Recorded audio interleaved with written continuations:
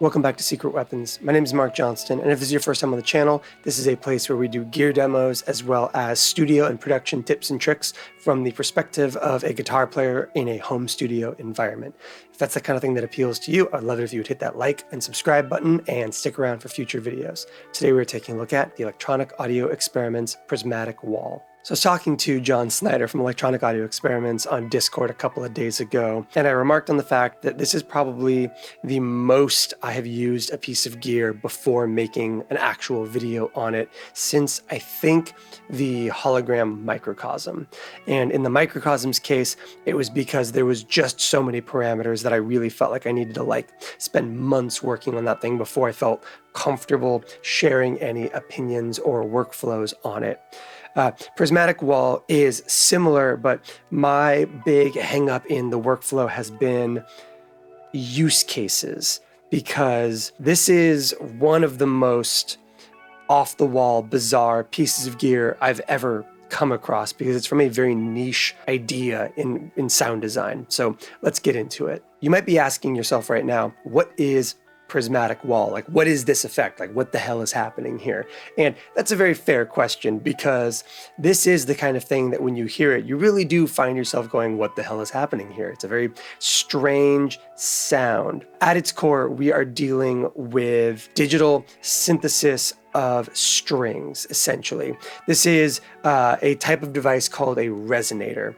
And the idea in it is this is a digital effect where the DSP has produced varieties of basically digital representations of strings, of you can think of them as essentially almost like piano or harp strings strung out, waiting to be made to resonate by input signal. So whatever kind of signal comes into this thing will basically pluck or excite these theoretical strings into what you would call sympathetic resonance or sympathetic vibration, which basically means these strings will vibrate at a timbre that kind of is relative to the note or kind of frequency that you are putting into it.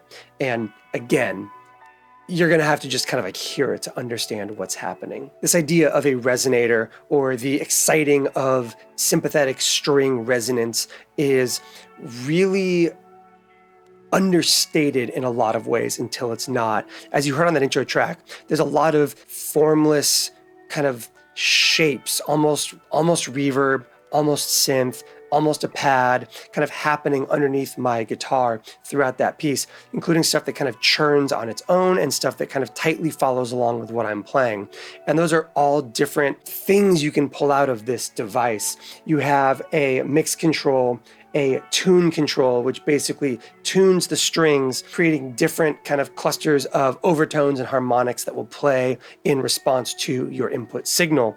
You also have a decay control, which will allow you to basically create a feedback loop of those strings so that they will kind of decay for longer, and you can push them into self-oscillation territory as well, and a dampening control, which will kind of help you control some of the more trebly moments from the very metallic sound of resonating theoretical strings. When we talk about the idea of exciting strings versus plucking strings, what that effectively means is if you transpose this idea into the real world, it would be like having a bank of strings across from maybe your guitar amp's speaker, and the amplitude, the volume, the sound pressure being pushed out of that amplifier would vibrate those strings. You've had those moments where if you're playing like a jazz master or something with a long kind of throw of strings behind the bridge, when you play the guitar, even though you are not striking the strings behind the bridge, you can hear them ring out.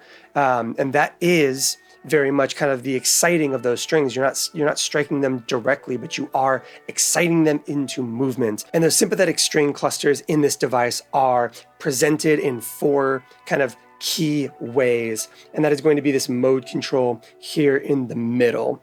And what you have is basically a circle, a triangle, a pentagon, and a kind of 3 interlocking circles. And what they represent is a single note, a neutral third, a stacked fifth, and a just kind of chromatic string cluster that when you just hit dead strings, it sounds like smashing your hand up on a piano. It's very satisfying and very uncanny how much it sounds exactly like that. But those different string clusters, those different collections of harmonic overtones and intervals are going to be the kind of bedrock of the strings that you excite and then manipulate with all of the parameters on this device. That is a lot of what's happening here, but because that exciting them into movement thing is not the same as straight on plucking a string, the drive control in here will do a lot to add kind of presence and body and weight and even drive and distortion to those string clusters as well.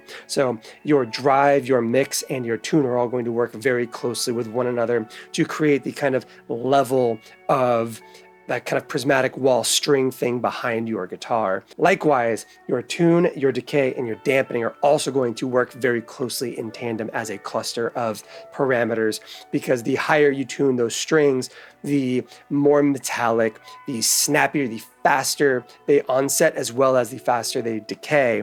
And that can be offset in terms of your timbre, brought down with your dampening and your decay controls. Likewise, as you turn that tune down, you are detuning those strings. You are making them kind of slower and more kind of lax in their response, but also creating much more harmonic content in the low register with this pedal. And so what EAE has done with all of this information and with this idea is then built around it a variety of ways to create really interesting textures and movements with these kind of resonating strings. And how that manifests in this pedal is a variety of submenu controls and a very, very powerful LFO scheme. So you can press and hold this little aux button that will allow you to kind of quantize that tuning control. So it steps between chromatic steps of kind of tuning. You can also do things like adjust the overall kind of master output of the pedal plus or minus 3 dB. And then you have access to, like I said, an LFO system and a very powerful modulation matrix. And what that means is you have your LFO rate and depth and the ability to choose between a sine wave and a random waveform. And through submenu controls, you can change the slope of the waveform. You can change the shape of the waveform itself. You can also adjust what parameters are being modulated by your LFO. So by default, you are getting pitch modulation, which means you are modulating the tune control relative to where you have the tune set. But you also have the ability to apply that same modulation scheme to your mix, to your drive, your dampening, or your decay. And you can apply them all, not just full strength at all times, but you can attenuate how much of that modulation LFO scheme is being applied to any parameter in a positive way or a subtractive way. And what that means is above noon, the LFO, as the LFO climbs, it will turn up that parameter, and as it falls, it will turn that parameter back down. But if you apply negative modulation, what it means is as the LFO rises, that parameter will fall and vice versa, which means you can do things like have that pitch modulation rise while your dampening falls, that kind of thing. There's a lot under the hood here, which is why it's worth mentioning that this thing has a control port for MIDI to access MIDI presets, as well as kind of CC controls for all of the parameters in this pedal, as well as 3 onboard presets and the ability to quickly save and recall those both internally or externally with MIDI. So the one final thing I want to say before we get into our actual sound samples is a little bit of kind of my way of articulating what this thing does and where its use cases are. When I first plugged this thing in, I really had a hard time wrapping my head around it because it's the kind of thing that when it's turned on, after about a minute or two of not changing parameters, especially if you've got that LFO scheme turned off, you kind of forget it's there. You start getting into your head about like, what is it even doing right now? It just sounds like I'm playing guitar. And then you turn it off and all of a sudden all of this overtone harmonic information goes away and you realize what Prismatic Wall was bringing to your sound at that point. Because it is those strings, it can be heavily impacted by running gain into the front of it, running pitch shifted stuff or like plucked instruments, like tightly palm muted stuff. It reacts very strongly to a lot of that stuff.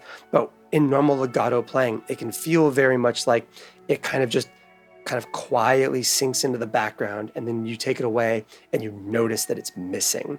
And the parallel that I drew in my head, and the thing that I kind of like tried to articulate to John over at Electronic Audio Experiments when talking about this thing, was this idea of a producer that I know who's worked on a bunch of great records, of friends of mine and stuff like that. But a trick he has in his studio when it comes to lead vocals is you will get the lead vocalist to sing the line, and then he or the vocalist will go back in and double, triple, quadruple track that lead melody part, stacking vocals behind that melody.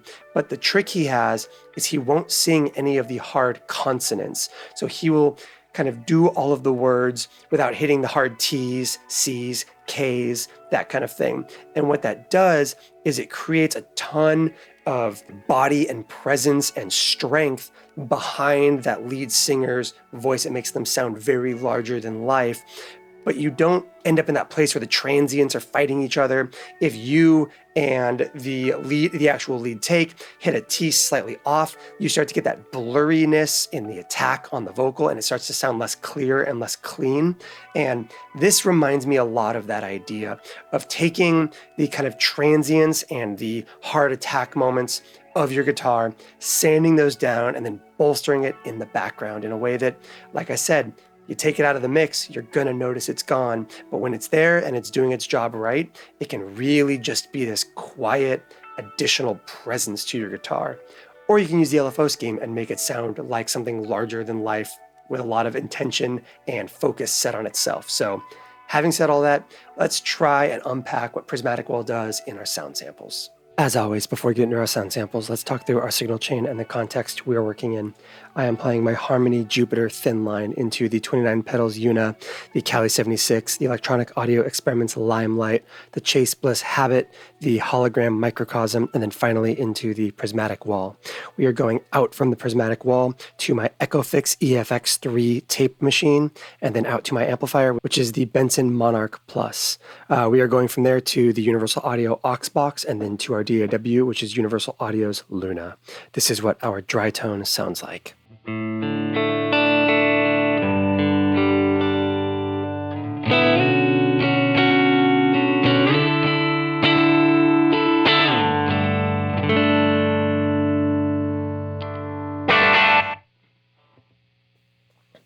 We're going to hang out mostly in that neck position for these sound samples,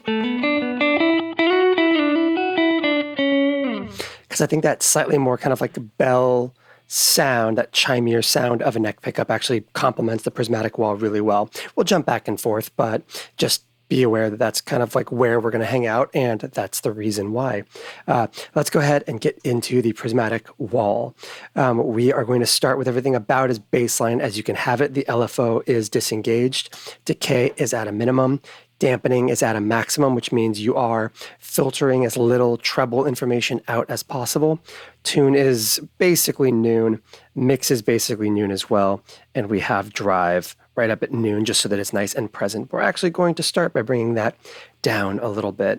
We have our waveform in a sine wave, even though it's not active, and we are in that first mode in the kind of mode selector switch. So we're going to go ahead and activate the pedal and just kind of play a chord so that you can kind of get a baseline of the difference between the dry tone and what this thing sounds like. And then we'll start walking through the parameters and explaining what they each do as we go. So let's start by taking a look at baseline single note with some string overtones.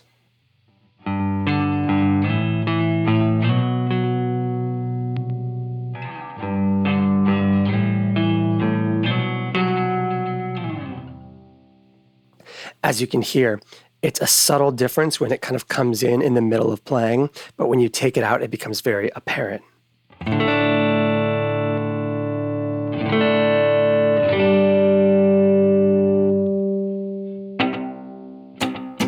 There you go.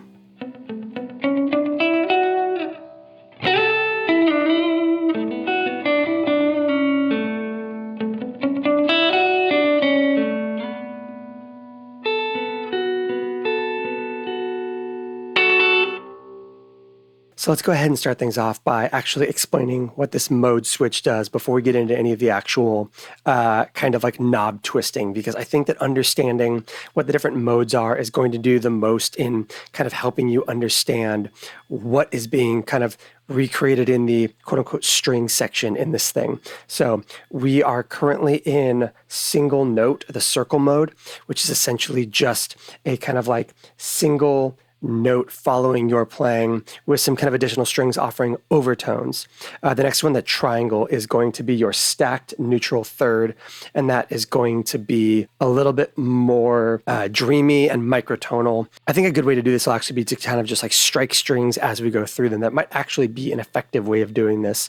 So you have your single note with some stacked overtones, like a single note being played, or strumming the entire guitar. And then you have that stacked neutral third.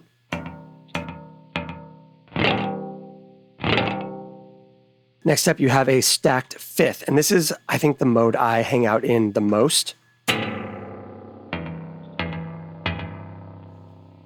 And finally, you have chromatic, which sounds like dropping a piano. So let's go ahead and hit one note with each of these just to get another kind of sense of a bass line.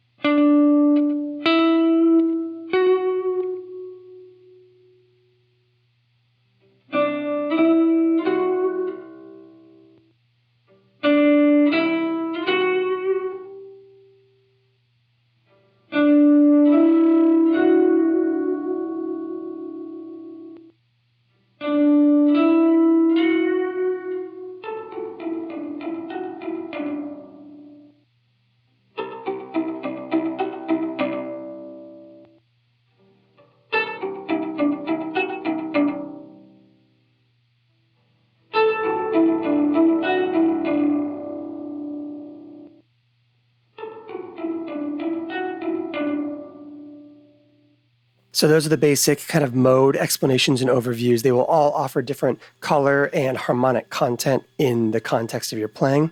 And the additional kind of fun quirk of that is you can also kind of double speed the tune on each of these, which we will get into as we are exploring tune. But you can do that by pressing and holding that. And even at the outset, you can hear, here is kind of like a chord played.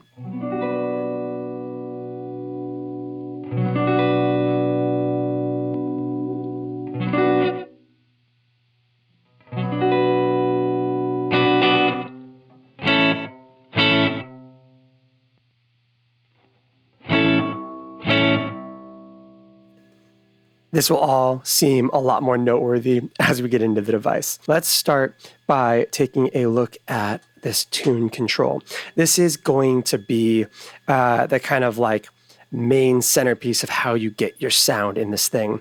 You can use tune to basically try to find dissonant or harmonically kind of matched resonances with the strings as they follow your playing.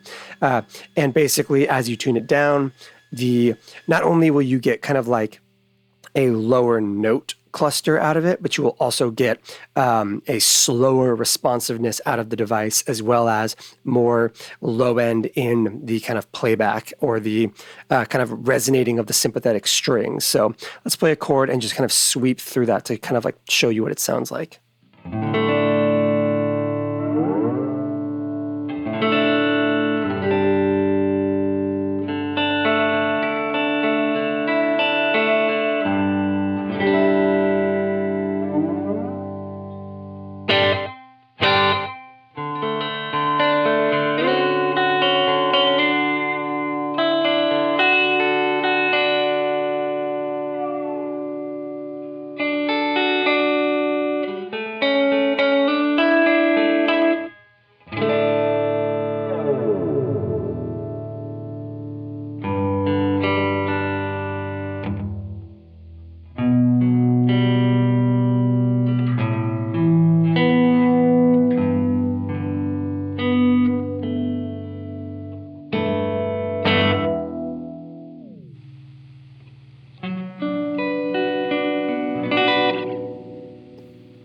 And at these low settings, we get into a more almost like reverby kind of place.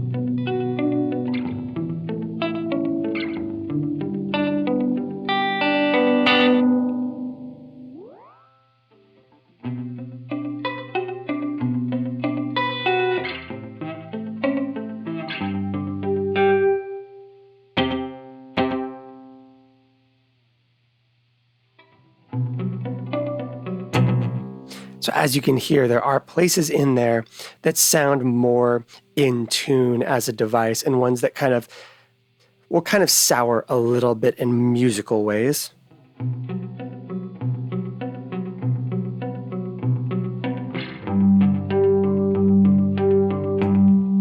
Like that's less harmonically pleasing. Something like this.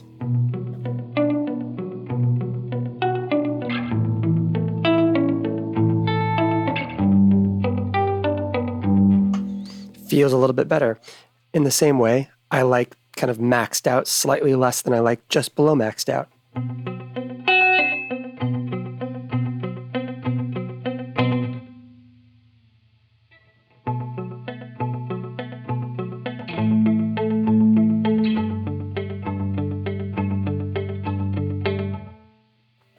Worth knowing, and we are going to kind of like blend our alternate functionality in with our primary functionality in this video. You can press and hold this aux to get into alternate parameters mode, and then just flip this tune past noon. And now when you are kind of moving through these tuning sounds, instead of it being kind of a kind of chromatic, unquantized sweep, like a flexible pitch thing, you now have a quantized kind of stepped series through tune. So.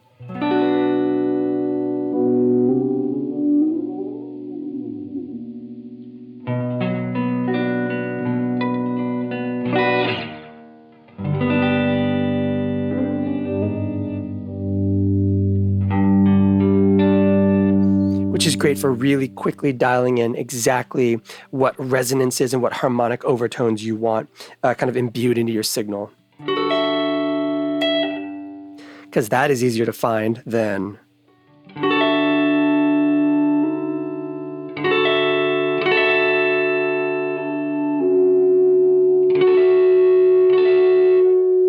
it's like a weird like resonant buildup on that one.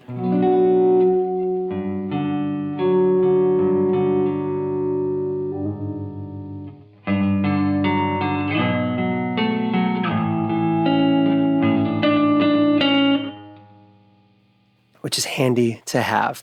And of course, that tuning is going to do a lot as you step through these various modes.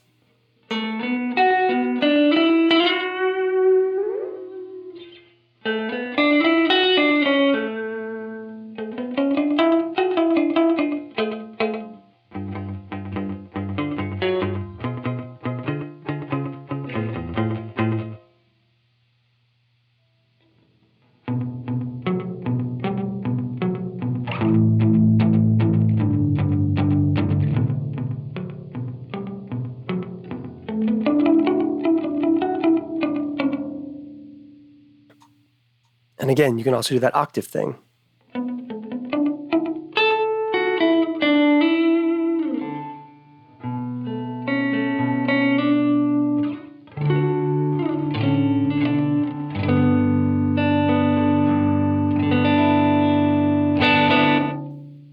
If you're anything like me, it kind of is beneficial to go back and disengage and re-engage as you're dialing sounds, because like I said earlier in the video, it can kind of feel sometimes like it's not kind of the most apparent effect until you take it out and realize all like the kind of like harmonic content that you just like took out of your signal.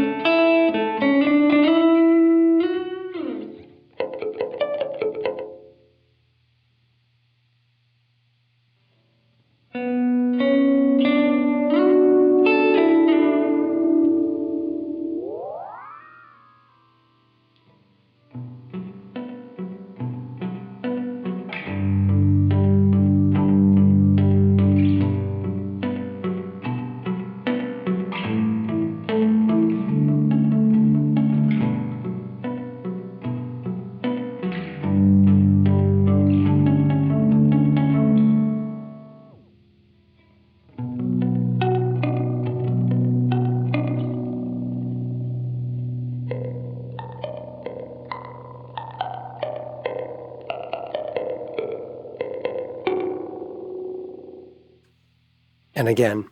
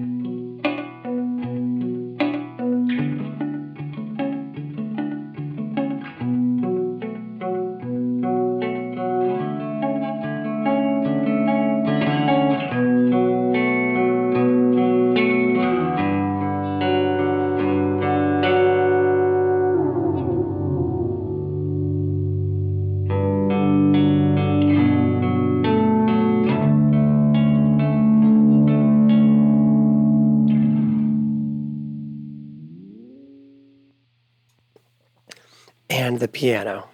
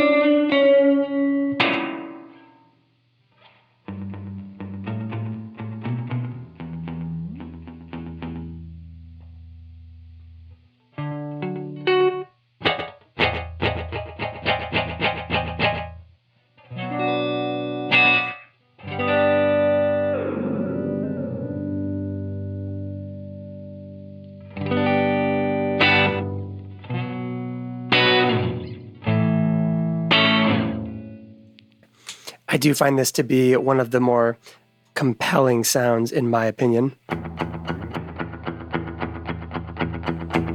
with overdrive. Let's pull in our Limelight really quick. Set to kind of like a pretty kind of beefy power chordy kind of overdrive.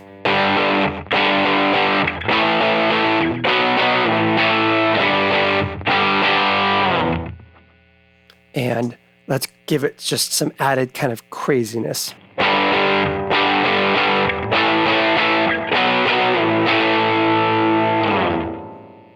There's something about those tight chromatic clusters in the piano mode that I think really works, especially for split octaves.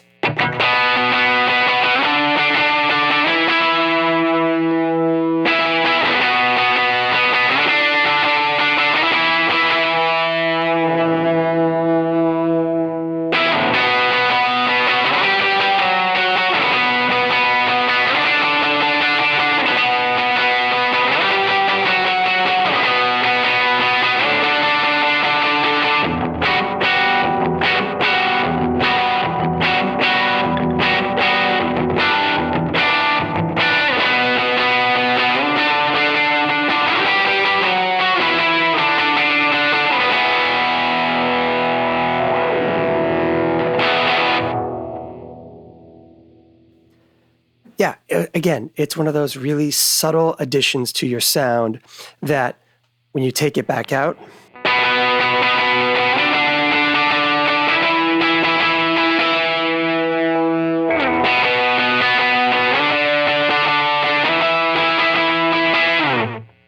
really, really, really useful with that fifths chord stack as well.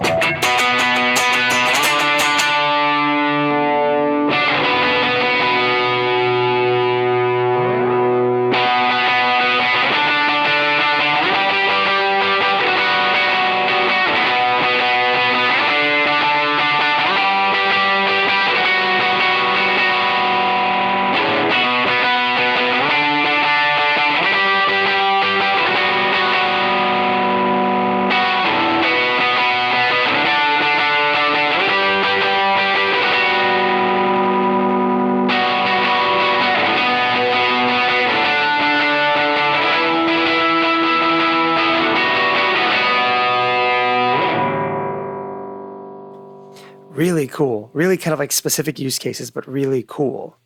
Okay, let's get off of the tune mode by itself and start dialing in some of the other stuff. So we're going to bring that drive back out. We're going to bring in the Limelight boost though, just so we're getting a little bit of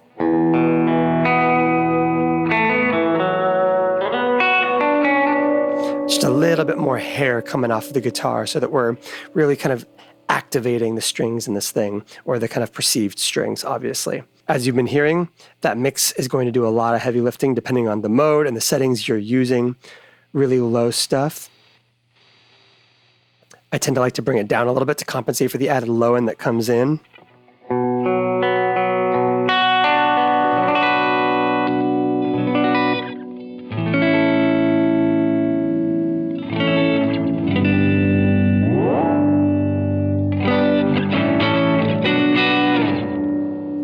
It will, of course, take you to full wet.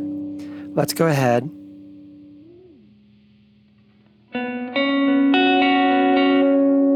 and give this drive control a listen.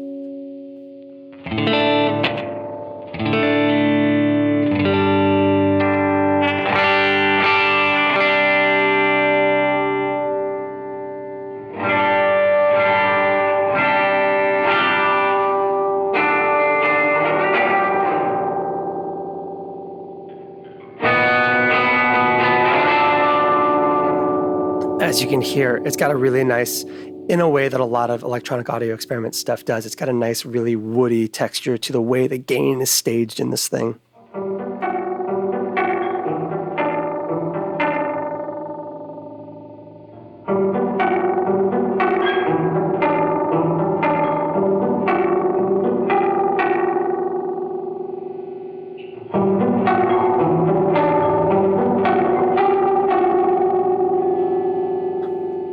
Let's bring that nice and low so we're not like blowing everything up, but to kind of hear it kind of support out your dry signal.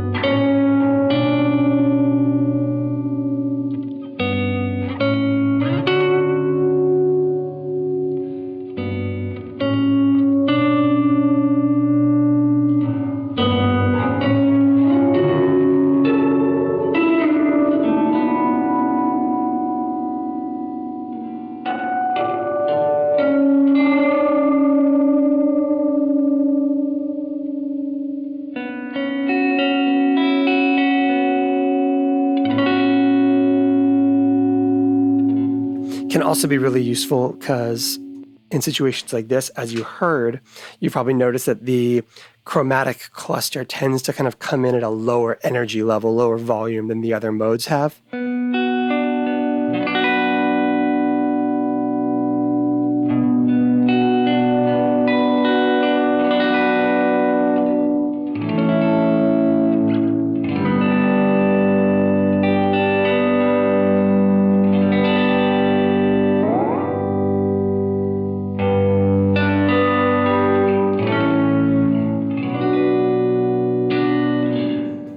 When you gain that up like that, you actually start getting like a really like messy tile reverb sound, which is really interesting.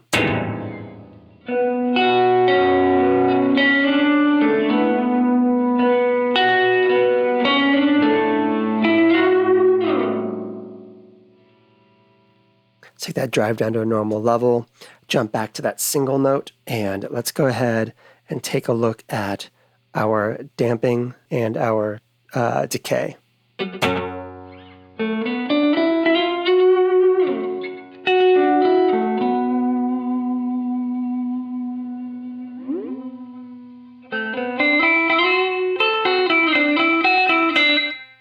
So this will be how you kind of like tame down some of that high information.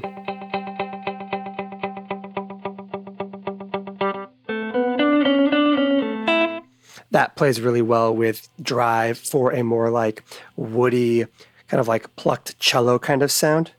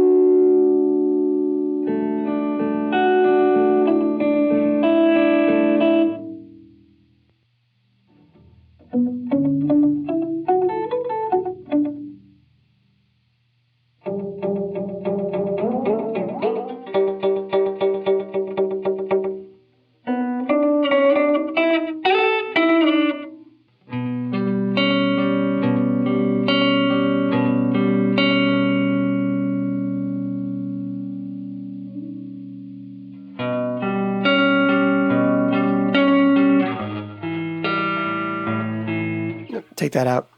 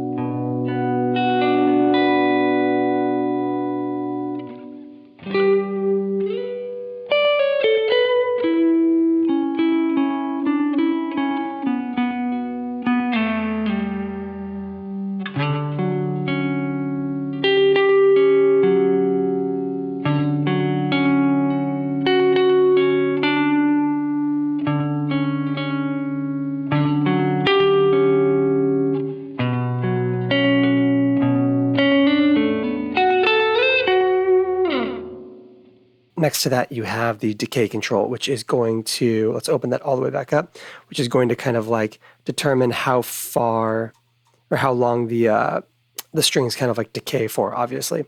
So obviously tune has a big impact on kind of overall decay rates.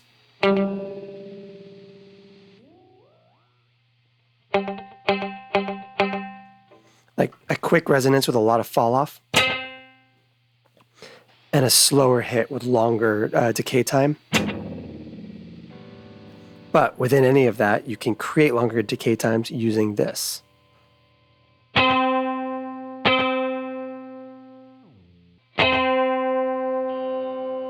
Into stuff that kind of feels like it will decay forever, and there is some real self-oscillation in here.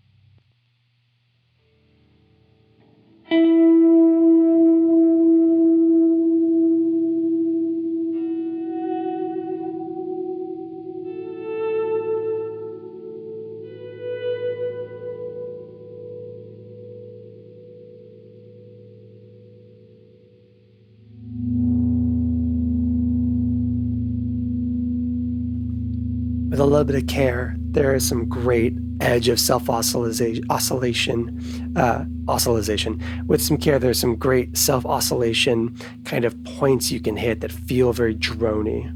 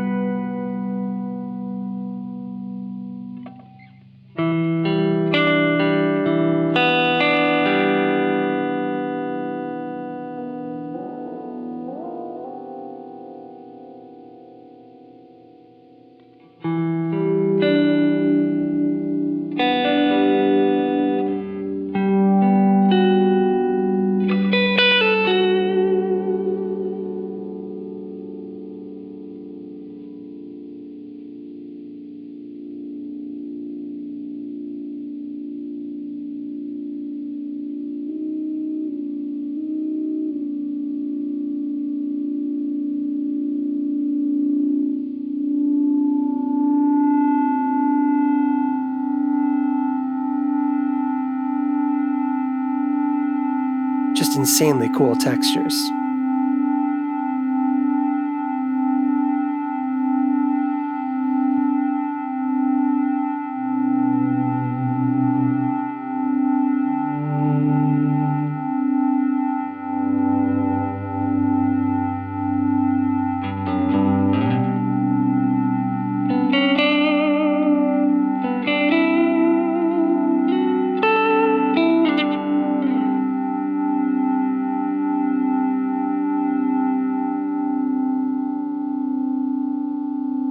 The one final thing I want to take a look at before we get into our modulation, our LFO, and the mod matrix in general is one or two final bits of aux control stuff over here. So one thing I want to take a look at is going to be Morph, as well as one or two more submenu things. Let's take a look at the morphing system in this thing. Basically, your left foot switch here can be set up to be two different entire sets of controls on here that you can jump between. So basically, let's set up a kind of sound one.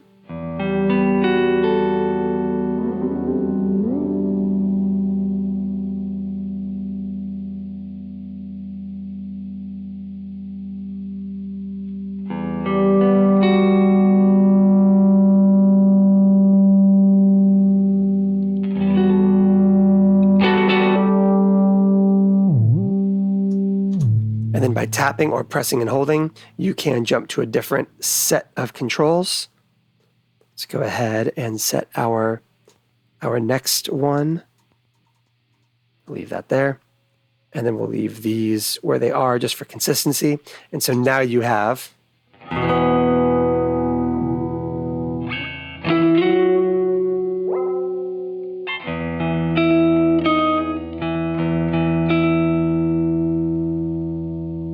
maybe give one of them some LFO.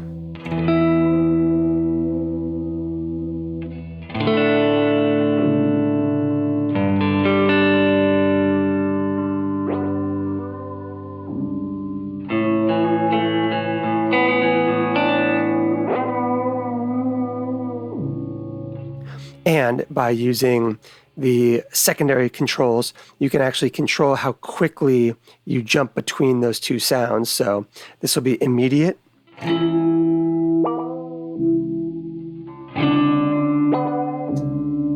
Or you can make it so it slowly climbs and then quickly drops back off.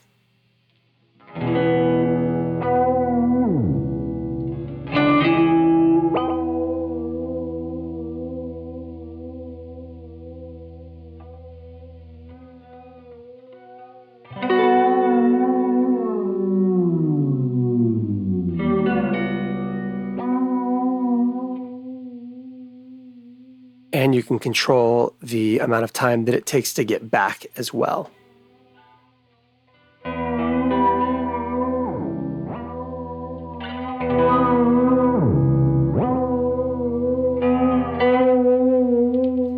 Cool stuff, very, very easy to use, very easy to set up, but has a lot of great creative applications. And then finally, you have on top of drive, you have the ability to set kind of an overall plus or minus 3 dB of output.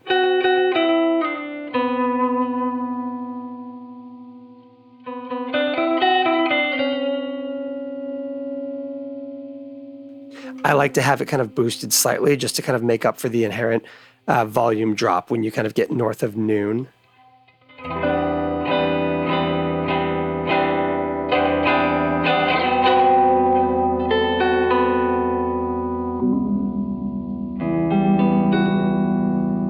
Let's go ahead and get into our modulation and the mod matrix in general. So as we dig into modulation, I want to go ahead and let's start by just capturing something in habit so I can kind of get my hands off the thing, off the guitar, and really focus on walking through the pedal.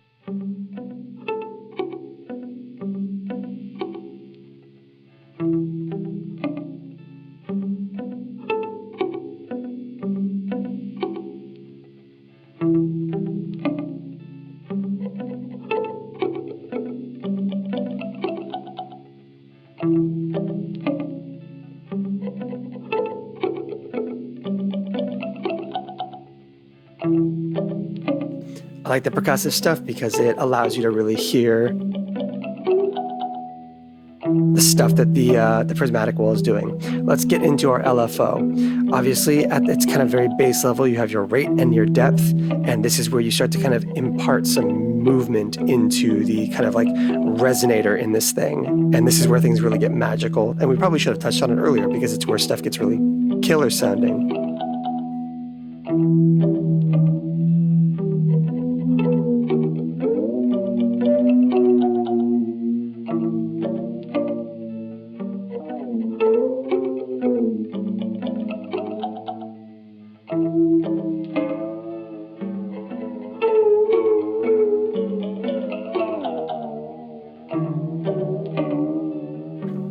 So as you can hear, by default, you have a sine wave and you have a random LFO.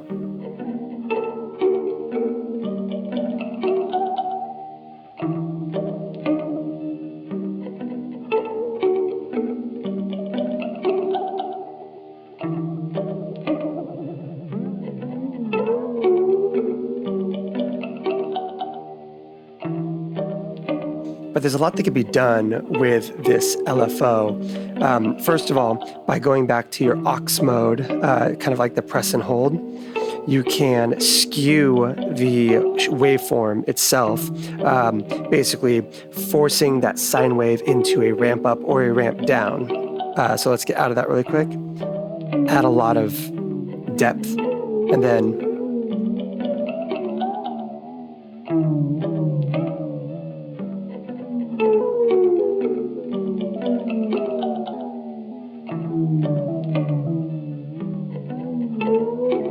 or ramp up.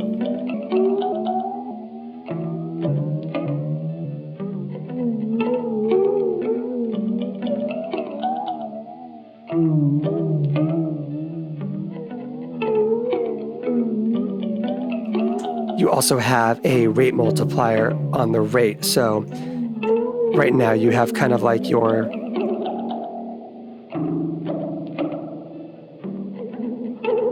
kind of the min-max of the range, but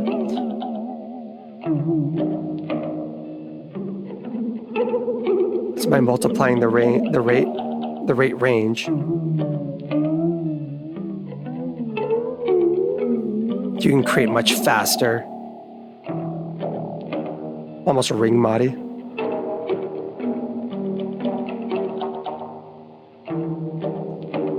Or bring the overall range really slow. Very melty at this rate.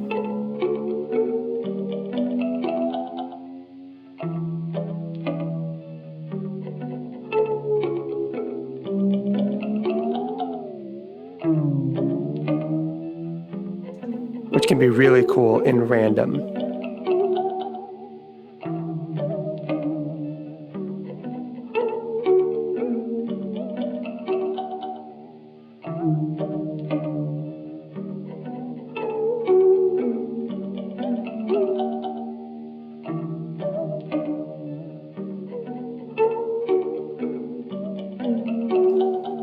And then, of course, you have your sine.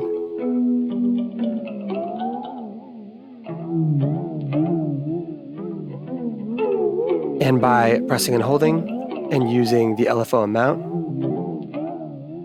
you can go from a sine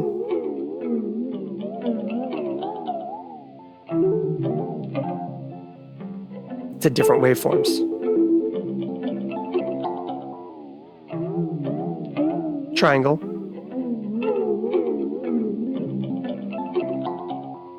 square, and again, even those, you can go ahead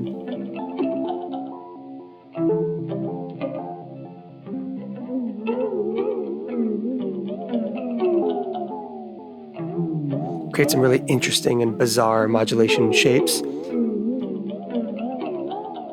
And that smoothing texture, or the waveform shapes, will just apply smoothing changes to the random LFO.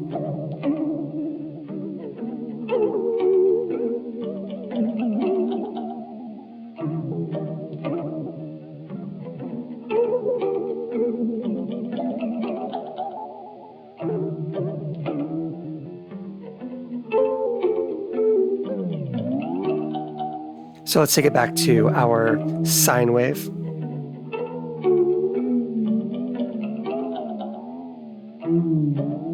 Make it a nice slow one. And let's go to that ramping up experience.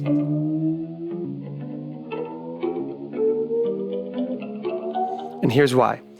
On the other side, you can press and hold your wave until it starts blinking, and now you've accessed the modulation matrix, which allows you to use the decay, dampening, tune, and mix and drive controls to basically assign the LFO cluster to any of these parameters. So right now it is modulating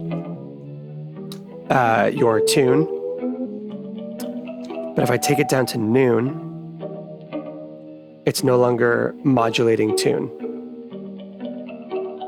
And I can basically adjust the amount of kind of like attenuation I can basically set how attenuated the wave kind of modulation system is by how much strength I apply to it over here. So closer to noon, the less this will affect the movement of this knob. And then south from noon, you increase the strength of the modulation on the parameter in an inverse.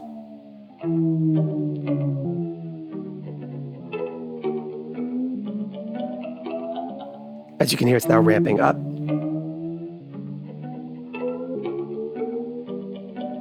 And let's take it out.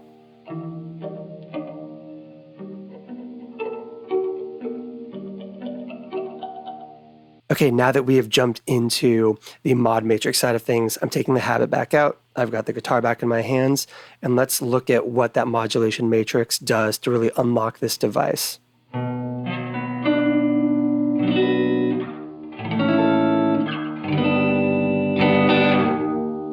Here's what's really cool here. Everything we just did with tune, the ability to kind of set the strength of the LFO applied to a parameter, can be done for all of these as well. So let's go ahead and take like mix and max that one out now.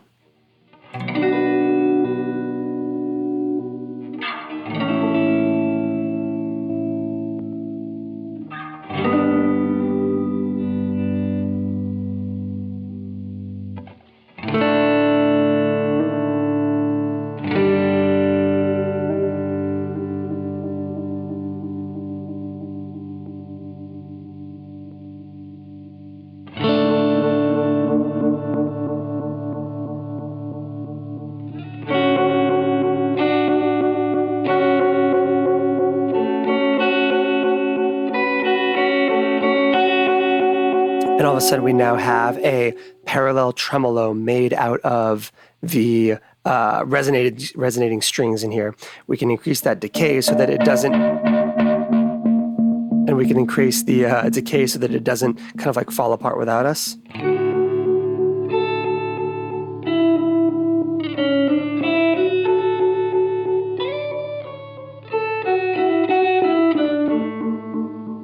And you could still bring in that modulation as well. So let's go ahead and bring in just a little bit of that modulation, but let's have it ramp the other direction.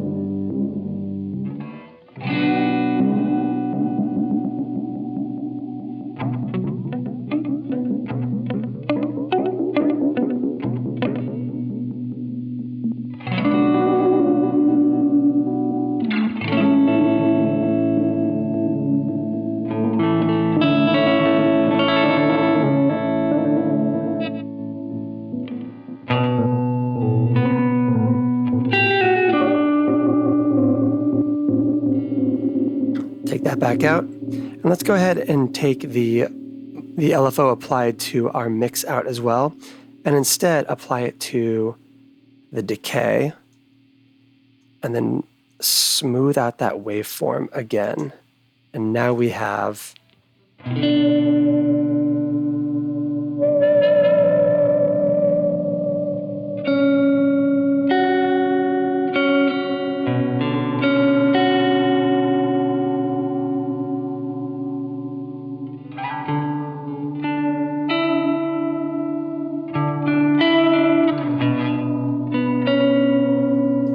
what you could even do here is actually do something really weird where you have it so it applies positive modulation on decay and inverse kind of negative modulation on mix, so that as decay gets theoretically pushed into self-oscillation,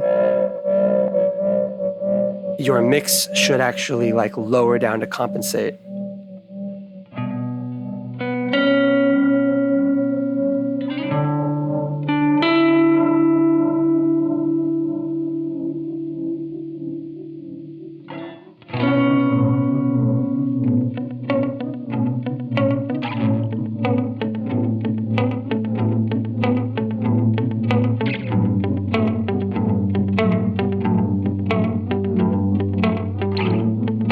I don't know why this has a swing to it, but it totally does.